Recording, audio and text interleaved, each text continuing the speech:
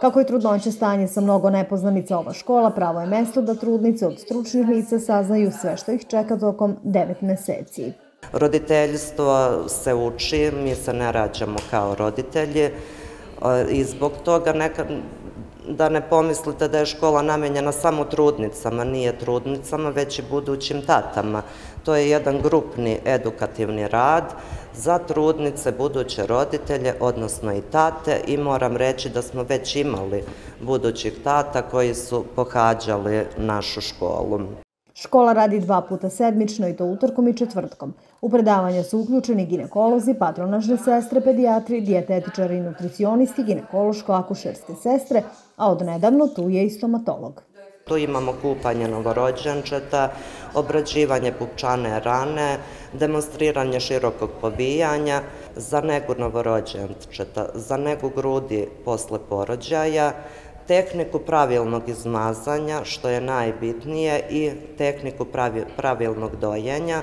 Ženama koje očekuju da se prvi put ostvare u ulozi majke, saznanja iz ove škole pomoći će da i trudnoću i porođaj iznesu što opuštenije.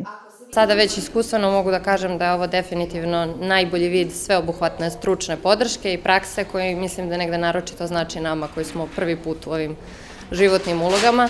Novina u školi su i posete trudnica porodilištu koje će već sledećeg meseca biti realizovane u saradnji sa Užičkom bolnicom. Majke kažu da im iskustvo stečeno u ovoj školi mnogo znači. Naučila sam dosta toga o povijanju, preslačenju, kupanju beba, a meni nešto što je bilo najvažnije to je da naučim dosta o dojenju.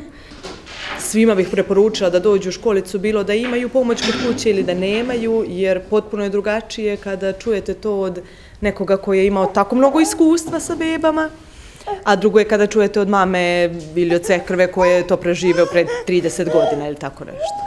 Mnogo toga čujemo od roditelja, od poznanika, rodbine, međutim, nije to isto. Sve se menja iz godine u godinu i uvek u školici možemo da čujemo nešto novo, da nam pomognu da prevaziđemo te prve dane sa bebom, jer mnogo je to bitno.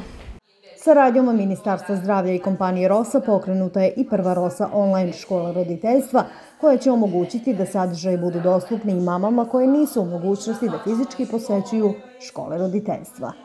Snežana Ostojić, Televizija Nova, Užice.